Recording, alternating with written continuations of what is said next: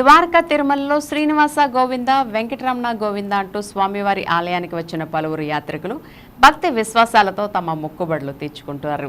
స్వామివారికి ప్రీతికరమైన రోజు శనివారం కావడంతో ఆలయానికి దాదాపు 8 నుంచి 10,000 మంది పైబడి యాత్రికులు వచ్చి స్వామి అమ్మవార్లను దర్శించుకుంటారు.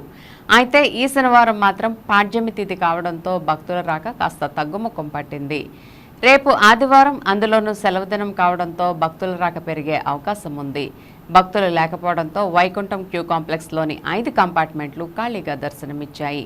అలాగే సాధారణ క్యూ లైన్లు, ప్రసాదాల కౌంటర్లు, నిత్యాన్నదానం వద్ద సాధారణ రద్దీ కనిపించింది. అలాగే స్వామివారి నిత్య కళ్యాణ మండపంలో 50 జంటలు పాల్గొని కళ్యాణాన్ని తిలకించారు. మరియు వసతి గదుల విరాళ పథకములకు, ప్రాణదాన ట్రస్ట్నకు, విద్యాదాన ట్రస్ట్నకు, శ్రీ స్వామివారి వైద్యాలత పాఠశాల ట్రస్ట్నకు మరియు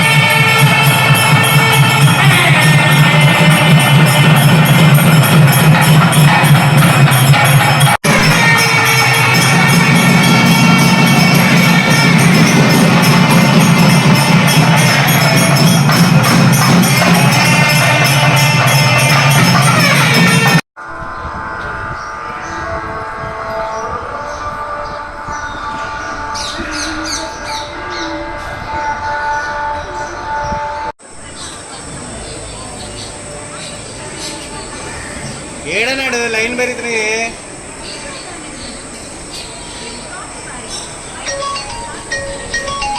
నేను మా వంశీ కాడ వచ్చాడు.